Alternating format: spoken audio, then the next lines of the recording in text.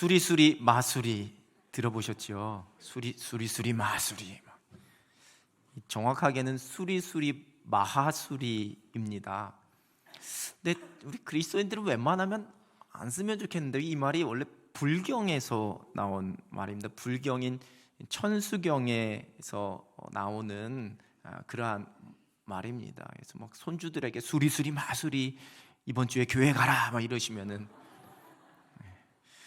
이 수리수리 마수리의 서양 버전이 아브라카다브라라는 그러한 말이 있는데요. 이거는 아람어입니다. 아람어 혹시 들어보셨는지 모르겠는데 예수님 당시에 근동에서 쓰던, 예수님도 썼던 언어가 바로 아람어입니다. 히브리어와는 조금은 다른데 이 철자나 이런 쓰는 건 똑같은 걸 아람어라고 하는데, 이 아브라카다브라, 이게 아람어로 말한 대로 이루어지리라, 이러한 의미를 가지고 있습니다.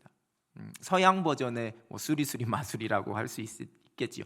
물론 성경에 나오는 말은 아닙니다. 이와는 조금 다르지만 하쿠나 마타타 이란 말도 있습니다. 들어보셨는지요? 하쿠나 마타타. 아프리카 스와힐리어인데요. 걱정하지 마, 다 잘 될 거야 라는 뜻을 갖고 있습니다.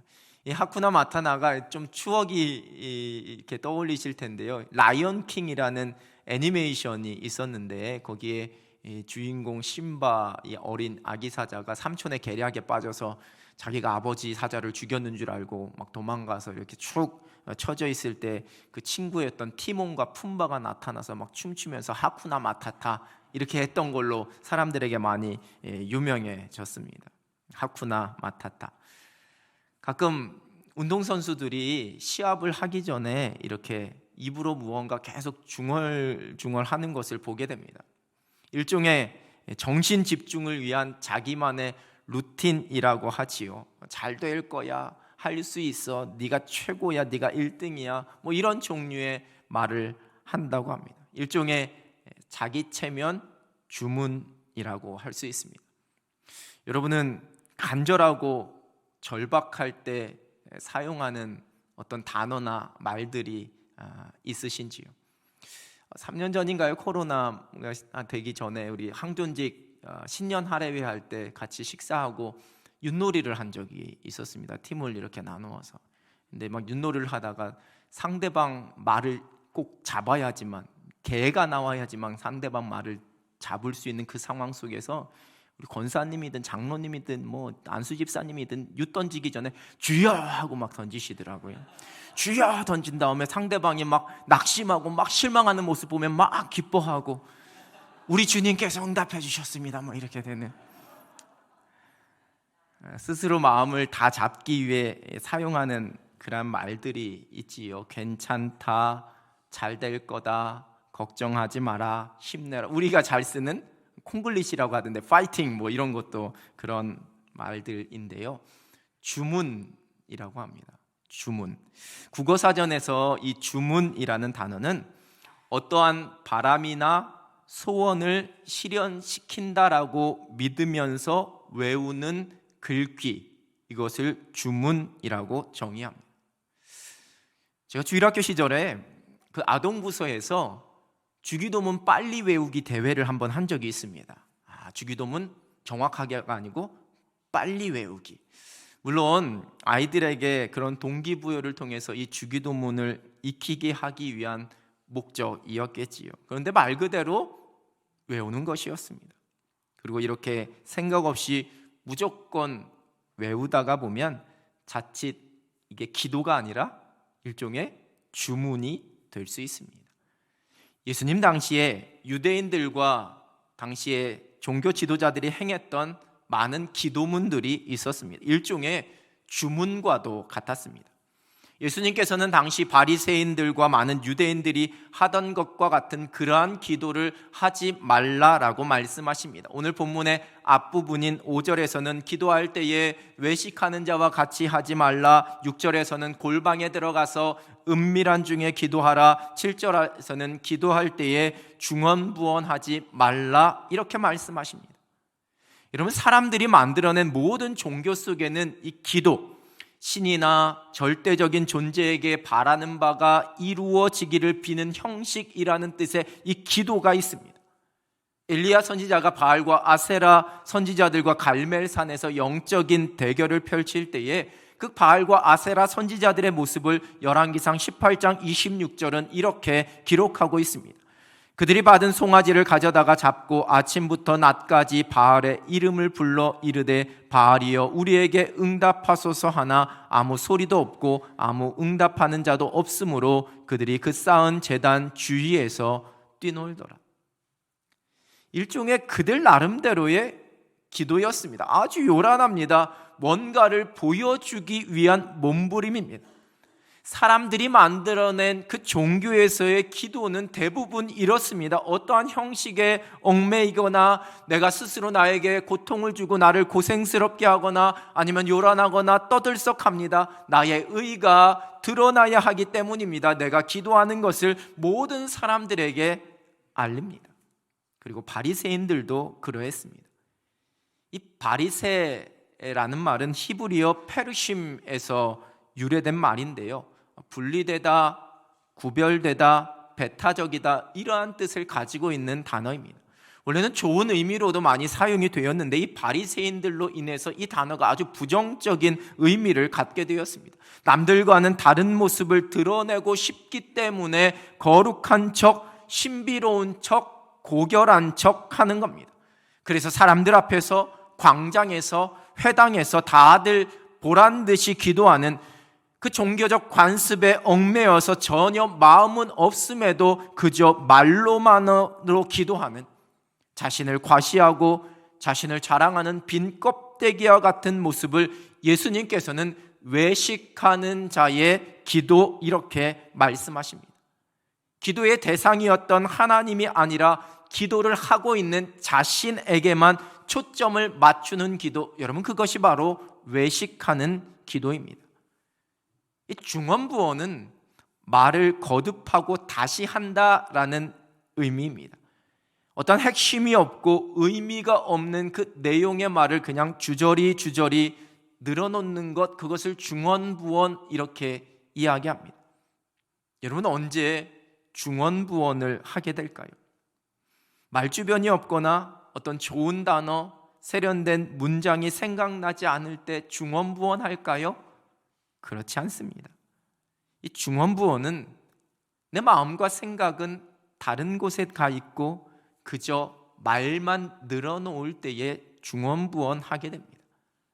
머리로는 다른 생각을 하면서 내 입술로만 말하게 되면 중언부언 하게 되어 있습니다. 기도가 아무런 생각 없이 외우게 되는 일종의 주문이 될 때 중언부언이 되는 겁니다. 당시에 바리새인들과 유대인들이 하루에 3번씩 기도를 했는데 그 기도할 때에 무려 18가지의 기도문을 암송했다라고 전해지고 있습니다. 그 중에는 긴 것도 있었고 아주 짧은 것도 있었겠지요. 말 그대로 암송하는 겁니다. 기계적인 반복입니다. 그리고 그것이 곧 중언부언입니다. 예수님께서는 이러한 잘못된 기도의 모습을 책망하시고 그들을 본받지 말라고 말씀하시면서 오늘 본문의 말씀을 시작하십니다. 너희는 이렇게 기도하라. 제자들에게 올바른 기도를 가르쳐 주시기 위함이었습니다. 그리고서 이어지는 말씀이 우리가 주님의 기도, 주님께서 가르쳐 주신 기도, 주기도문이라고 부르는 기도입니다. 우리가 드려야 할 모든 간구가 들어가 있는 가장 완벽한 기도입니다. 미국의 대통령 취임식 때는 늘 목사님이 그 취임식 중간에 기도를 하게 되어 있습니다. 2009년 1월 버락 오바마 대통령이 첫 취임식을 할 때에 당시 미국 사회는 여러 가지 사회적 이슈와 이념과 보수와 진보의 그 가치관, 그 대립 가운데 놓여져 있었습니다. 그래서 이 취임식 때 과연 누가 기도할지, 보수 진영의 목사님이 기도할지, 진보 진영의 목사님이 기도할지 아주 많은 사람들이 촉각을 곤두세우고 있었습니다. 근데 그때 기도를 맡은 목사님이 목적이 이끄는 삶으로 우리에게 많이 알려진 세들백 교회의 릭 워렌 목사님이셨습니다. 그리고 이 목사님이 기도하게 된 것에 대해서 많은 사람들이 비판하는 그런 목소리들도 있었고, 또 이후에 그 취임식 때 했었던 기도에 대해서 그 기도문 한 문장 한 문장, 한 단어 한 단어를 분석하면서 저마다의 각자의 입장에 따라 많은 해석과 평가를 했습니다. 정치적으로, 이념적으로 당시 민감한 사회적 이슈에 대한 각자의 구미에 맞는 그런 해석과 비판이었습니다. 물론 그 진위는 기도했던 릭 워렌 목사님과 들으신 하나님께서만이 아시겠지요. 근데 이 취임식에서 릭 워렌 목사님이 드린 4분 40초 정도의 기도의 마지막은 여러분 다름 아닌 주기도문이었습니다. 마지막 부분을 이렇게 기도했습니다. 물론 릭 워렌 목사님은 영어로 기도했기 때문에 저도 지금 똑같이 영어로 기도할 것이다 라고 기대하는 분이 계실지 모르겠지만 다 알아들으실 수 있도록 번역해서 제가 한글로 말씀드리면 이렇습니다. 내가 겸손히 내 삶을 변화시키신 예수님의 이름으로 예수님께서 가르쳐 주신 기도로 기도하오니, 그렇게 하고서는 하늘에 계신 우리 아버지로 시작해서 또박또박 주기도문으로 기도하고 마쳤습니다. 4분 40초의 기도 중에 이 주기도문만 거의 1분 정도가 소요되었습니다. 그리고 드린 그 기도문 전체의 그 문장만으로 보더라도 이 주기도문이 차지하는 그 분량이 결코 작지 않습니다.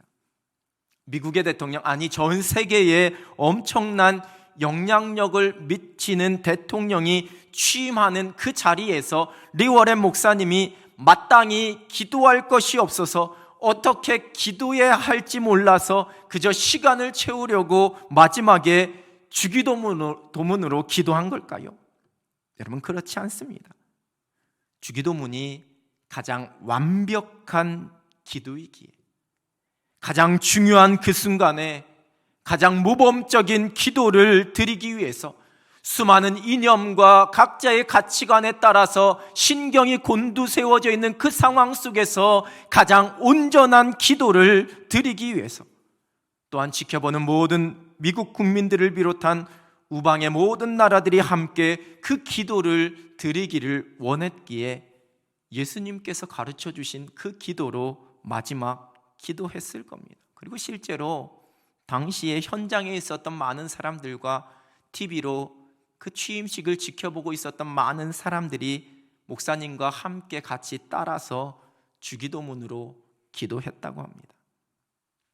예수님께서 가르쳐 주신 완벽한 기도인 주기도문은 우리의 기도를 받으시는 하나님이 어떠한 분이신지에 대한 고백, 하나님과 나의 관계가 무엇인지를 고백합니다.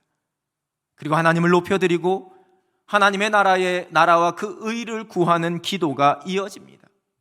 그리고는 자신의 필요를 위한 기도와 간구를 드립니다. 그 간구 속에는 다른 사람을 향한 사랑과 용서의 간구도 들어가 있습니다. 하나님 사랑, 이웃 사랑이라는 성경의 가장 큰 계명을 품고 있는 기도입니다. 그리고 마지막으로는 하나님의 영광을 선포하면서 하나님을 높여드리는 기도를 드립니다. 그렇게 길지 않은 기도와 어떻게 보면 참 단순한 문장의 표현이지만 그 속에 우리가 기도해야 할 모든 것을 다 담고 있는 가장 완벽한 기도입니다. 우리가 주님께서 가르쳐 주신 이 기도를 단지 어떤 모임을 마무리하며 그냥 마치면 좀 허전하니까 형식적으로 행하는 그러한 기도로 전락시키면 안 됩니다. 아무런 의미 없이 외우는 그러한 주문처럼 습관적이고 타성에 젖은 그러한 모습으로 기도하지 않습니다. 이 주기도문은 예수님께서 우리에게 가르쳐 주신 기도의 모범이요 완벽한 기도 그 자체입니다. 이제 오늘부터 대림절이 시작되기 전까지의 5주 동안에 이렇게 기도하라라는 주제로 이 주기도문을 속에서 함께 하나님의 은혜를 나누려고 합니다. 주기도문은 우리의 기도가 누구에게 드리는 간구인지를 고백하는 그 부름으로 시작하고 있습니다. 하늘에 계신 우리 아버지요. 여러분, 사실 이 고백 안에 모든 것이 다 포함되어져 있고 더 이상 아무런 말이 필요 없는 완벽한 부름이요, 완벽한 간구입니다. 우리말로는 하늘에 계시니 먼저 표현이 되지만 헬라어 원어 성경은 파테르, 즉 아버지를 뜻하는 단어로 이 기도가 시작됩니다. 아버지의 이름을 부르면서 기도를 시작하고 있습니다. 아버지, 이 유교적 문화와 전통이 강한 우리나라에서의 이 아버지는 어떤 가장으로서의 권위가 많이 강조되는, 그래서 왠지 편하고 가깝고 친근함과는 조금 동떨어진 그냥 무섭고 어려운 대상으로서의 이미지를 많이 가지고 있었던 것이 사실입니다. 이 목회 상담을 전공하는 분들이 자신의 육신의 아버지에 대한 이미지가 각 사람들의 신앙에 미치는 영향을 많이 연구했습니다. 좀 엄하고 거리감이 느껴지는 아버지에게서 양육받은 사람들, 또 그런 아버지로부터 받은 상처와 아픔, 좋지 않은 그 기억들이 하나님을 향한 더 깊은 신앙으로 나아가는데 일종의 장애물이 된다라는 그러한 연구였습니다. 그래서 예전에 이 내적 치유라는 어떤 상처 치유 사역을 하는 많은 분들이 그 내담자들이 그 내면에 가지고 있었던 과거의 상처 중에 육신의 아버지로부터 받은 그 상처를 극복하고 치유해야지만 우리의 영적인 아버지, 하나님 아버지께로 더 깊이 나아갈 수 있다라는, 그래서 그러한 사역에 초점을 맞추었던 그러한 적이 있습니다. 그런데 요즘에는 이 아버지 상이 많이 바뀌었습니다. 몇 주 전에 주일에 예배 마치고 오병이어홀에서 밥을 먹다가 저희 둘째 아이가 지나가는데 제가 불러서 이야기를 하는데 좀 편하게 저에게 저희 딸이 저에게 목사님 부르셨습니까? 이러진 않을 거 아니에요. 하고 편하게 이야기를 하는데 함께 식사하던 우리 부목사님 중 한 분의 눈이 동그래졌습니다. 한 번도 보지 못했던 그러한 모습, 낯설다, 적응이 안 된다라는 그런 표정을 지었습니다. 여러분, 만약에 제가 우리 부목사님들 중 한 분에게 목사님 며칠 저와 단둘이서 좀 여행을 갑시다 라고 이야기하면 우리 목사님들이 막 설레는 마음으로 막 하루하루를 막 손꼽아 기다리면서 아주 편안하게 여행 갈 수 있겠습니까? 제가 아무리 편하게 대해준다 할지라도 신경 쓰일 수밖에 없습니다. 반대로 우리 원로 목사님께서, 제 말 잘해야 됩니다. 원로 목사님 지금 예배 드리고 계시는데, 우리 원로 목사님께서 장 목사님 하고 둘이서 좀 사진 찍으러 여행을 좀 갈까요? 라고 얘기하면 목사님 갈 수 있습니다. 저는 갈 수는 있는데 그래도 마음이 막 편하게 막 그러진 아무래도 어렵습니다. 그런데 저희 딸 아이에게 제가 저희 아이들에게 같이 둘이 밥 먹자, 여행 가자라고 이야기하면 저희 아이들은 전혀 긴장하지 않습니다. 그냥 편하게 밥 먹고 편하게 여행 갈 수 있습니다. 아버지와 딸이기 때문에 그렇습니다. 지난 주 중에 우리 어느 장로님이 저하고 이렇게 대화를 하던 중에 아들에게서 전화가 왔습니다. 근데 그 통화 소리가 어찌나 크든지 앞에 있던 저에게도 그 통화 소리가 다 들렸습니다. 무슨 얘기를 하는지 제가 다 들었습니다. 그리고 전화를 딱 끊으시지만 아버지 이렇게 반말을 하고 있어? 이러시더라고요. 물론 화나서 한 얘기는 절대 아니었습니다. 그냥 정말 환하게 웃으시면서 행복하게 그 이야기를 하셨는데, 만약에 그 장로님께 그 아들 또래의 다른 집사님이나 다른 사람이 전화해서 반말로 얘기했다면 이런 마음이 언짢고 화가 났겠지요. 혼났겠지요. 아버지와 아들이기 때문에 어려움이 없는 겁니다. 아주 친근합니다. 예수님 당시에 유대인들에게 하나님은 아주 무섭고 두려운 그러한 대상이었습니다. 하나님을 아버지라 부른다라는 것, 도저히 상상할 수가 없는 일이었습니다. 여러분, 이 파테르라는 헬라어 단어가 우리말 성경에는 아버지 이렇게 번역되어서 뭔가 좀 점잖고 거리감이 있고 예의와 격식을 갖추어 부르는 표현으로서 그렇게 다가오게 되는데, 그렇지 않습니다. 오히려 이 파테르라는 헬라어는 우리말로 더 정확하게 번역하자면 아빠라는 단어가 더 정확한 번역입니다. 천진난만한 어린아이들이 아주 순진하고 아주 편안하게 부르는 호칭입니다. 가깝고 친근하고 사랑스러운 표현입니다. 그러니 얼마나 예수님의 이 표현이 당시에 유대인들, 바리새인들에게 엄청난 충격이었겠습니까? 주기도문을 시작하며 부르는 아버지는 친근한, 언제든지 내가 그 품에 안기고 그 어깨에 기댈 수 있는 세상 어디에도 없는 든든한 존재로서의 아빠, 아버지입니다. 예수님께서는 우리의 기도를 들으시는 하나님이 우리의 아버지가 되심을 말씀하십니다. 예수 그리스도를 믿는 자들은 하나님을 아버지라 부를 수 있는 하나님의 자녀임을 말씀해 주십니다. 요한복음 1장 12절입니다. 영접하는 자 곧 그 이름을 믿는 자들에게는 하나님의 자녀가 되는 권세를 주셨으니. 본문이 포함된 이 마태복음 5장에서 7장까지를 산상수훈이라고 저희가 부르는데요, 이 산상수훈 말씀 속에서는 예수님께서 끊임없이 너희 아버지라는 표현을 반복해서 말씀해주고 계십니다. 너희 아버지께 영광을 돌리게 하라. 너희 아버지의 아들이 되리니 너희 아버지께서 갚으시리라. 너희 아버지께서 아시느니라. 마태복음 6장 26절에서는 이렇게 말씀하십니다. 공중의 새를 보라. 심지도 않고 거두지도 않고 창고에 모아들이지도 아니하되 너희 하늘 아버지께서 기르시나니 너희는 이것들보다 귀하지 아니하냐. 너희 하늘 아버지께서. 그리고 하나님께서는 로마서 말씀을 통해 우리의 신분을 아주 확실하게 선포해 주십니다. 로마서 8장 14절 15절입니다. 무릇 하나님의 영으로 인도함을 받는 사람은 곧 하나님의 아들이라. 너희는 다시 무서워하는 종의 영을 받지 아니하고 양자의 영을 받았으므로 우리가 아빠 아버지라고 부르짖느니라. 우리가 성령의 인치심으로 하나님의 아들이 되었음을, 그래서 하나님을 아빠 아버지라고 부를 수 있는 자들이라 말씀해 주고 계십니다. 우리의 기도는 우리의 아빠 되신, 아버지 되신 하나님께 드리는 간구입니다. 우리의 기도가 어떠한 형식에 얽매이는 외식이 될 필요가 없는 이유, 화려하고 세련된 미사오구를 늘어놓느라고 중언부언하지 않아도 되는 이유입니다.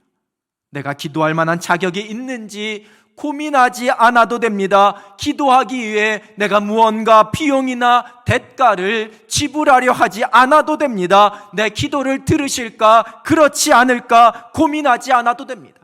나의 연약함과 나의 허물, 나의 부끄러움은 다 가리고 그럴듯하게 포장하려고 하지 않아도 됩니다. 왜냐하면 우리의 기도를 들으시는 하나님이 우리의 아버지가 되시기 때문입니다. 저 멀리 계시는 분이 아닙니다. 나를 사랑하시고 나의 곁에서 나를 친근함으로 안아주시고 나와 동행하시는 내 안에 계시는 아버지 되신 하나님이십니다. 이것이 바로 하나님께 기도하는 우리의 정체성입니다. 하나님과 우리의 관계에 대한 선포입니다. 우리 주님께서 가르쳐 주신 기도의 시작은 이것을 확실하게 선포하면서 시작하고 있습니다. 하나님을 아버지라 부를 수 있는 놀라운 권세를 우리에게 허락해 주셨습니다. 그리고 그 아버지께서 우리에게 기도할 수 있는 놀라운 특권, 그 능력을 약속해 주셨습니다. 우리가 아버지 되신 하나님의 이름을 부릅니다. 그리고 아버지 되신 하나님께 기도하며 우리의 모든 것을 맡겨드립니다. 하나님을 아버지라 부르며 기도할 때에 우리를 품어주시고 우리에게 응답해 주시고 우리에게 용기를 북돋아 주시는 살아계신 하나님의 그 은혜와 능력을 누릴 수 있는 여러분 되시길 우리 주님의 이름으로 축복합니다. 예수님께서는 우리의 기도를 들으시는 하나님, 우리가 친근히 아버지라 부르는 하나님께서 하늘에 계심을 말씀하십니다. 하나님이 하늘에 계시다라는 고백은 여러분 여러 가지의 의미를 가지고 있습니다. 당연히 하나님이 저 멀리 계시다는, 우리와 동떨어져 계시다는, 이 세상과는 상관없는 그러한 분이라는 것이 아닙니다. 신학에서 하나님의 속성, 하나님의 성품을 이야기할 때 초월성과 내재성을 이야기합니다. 창조주 되신 하나님은 우리와 같은 피조물들과는 전적으로 다른 존재이시며 이 피조 세계를 초월해 계시는 분입니다. 이것이 바로 하나님의 초월성입니다. 그러나 하나님은 그러한 피조물들과 함께 하시고 피조물 가운데 거하시는, 즉 우리 안에 거하시는 분이십니다. 이것이 바로 하나님의 내재성입니다. 여러분, 우리가 하나님을 아버지 이렇게 부르는 것은 우리의 곁에서 우리와 함께 하시는, 우리 속에 내재하시는 하나님에 대한 고백입니다. 그런데 그 아버지 되시는 하나님이 하늘에 계시다라는 것은 모든 것을 초월하시는 광대하신 하나님, 온 세상의 주관자요 통치하시는 하나님의 그 측량할 수 없는 위대함과 초월성에 대한 고백입니다. 나와 가장 친근하신 아버지이신데 그 하나님이 하늘에 계시는 하나님이십니다.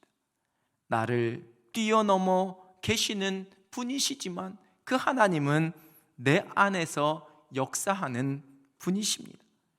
이것이 바로 하늘에 계신 아버지라는 고백입니다. 이와 비슷한 고백이 시편 23편 1절에 기록된 여호와는 나의 목자시니라는 고백입니다. 이제 특별 새벽 기도의 기간 중에 다시 한번 나누겠지만 여호와, 광대하신 하나님, 온 세상의 창조주 되신 하나님, 내 생각과 내가 가지고 있는 것으로 다 담을 수 없는 그 하나님, 그 모든 것을 초월하시는 하나님이 나의 목자가 되신다는, 나의 곁에서 나와 동행하시는 그러한 하나님이 되신다라는 그러한 고백, 그것이 모든 것 초월하신 하나님이 내 안에 내재하신다라는 그러한 고백입니다. 즉 하늘에 계신 아버지 여호와는 나의 목자시니, 이것은 엄청난 믿음이요 은혜의 고백입니다. 2013년부터 지금까지 오랫동안 방영하고 있는 한 TV 예능 프로그램이 있습니다. 그 제목이 슈퍼맨이 돌아왔다라는 그러한 프로그램입니다. 혹시 들어보셨는지 모르겠습니다. 줄여서 보통 젊은 사람들은 슈돌 뭐 그렇게 부르던데요. 이 연예인이나 운동선수, 사회 유명 인사들이 그 아빠들이 아내, 그 엄마 없이 혼자서 아이들을 돌보고 양육하는 모습을 이렇게 관찰하는, 요즘 뭐 관찰 예능이라고도 이야기하는데 그렇게 관찰하는 그러한 영상을 보여줍니다. 슈퍼맨이 돌아왔다. 왜 이렇게 제목을 정했을까? 아마 기획할 때 여러 가지 의도가 있었겠지만 우리 아이들이 태어나서 처음 접하는 영웅, 모든 것을 할 수 있는 존재처럼 보이는 그 아빠가 아이들에게는 슈퍼맨과 같다라는 의미를 부여하면서, 또한 밖에서도 열심히 일하고 또 가정에서도 아이들 돌보는데 최선을 다하는, 모든 것에 최선을 다하고 잘하는 그러한 슈퍼맨과 같다라는 그러한 의미를 이야기하려고 하는 것이 아니었을까라는 생각을 해본 적이 있습니다. 여러분, 어린 시절 아이들에게 아빠는 불가능할 것이 없는, 모든 것을 다 해주는 슈퍼맨과 같은 존재입니다. 나의 아버지가 되신 하나님께서 하늘에 계시다라는 것은 모든 것이 가능하신 전능하신 하나님, 완전하신 하나님에 대한 고백입니다. 내 모든 것을 알고 계시고 나와 함께 하시는 하나님의 은혜, 나의 과거, 나의 지금의 현재, 내가 살아갈 내 미래의 모든 삶을, 모든 길을 알고 계시고 다스리시는 하나님에 대한 고백입니다. 시편 139편 2절에서 4절입니다. 주께서 내가 앉고 일어섬을 아시고 멀리서도 나의 생각을 밝히 아시오며 나의 모든 길과 내가 눕는 것을 살펴보셨으므로 나의 모든 행위를 익히 아시오니 여호와여, 내 혀의 말을 알지 못하시는 것이 하나도 없으시니이다.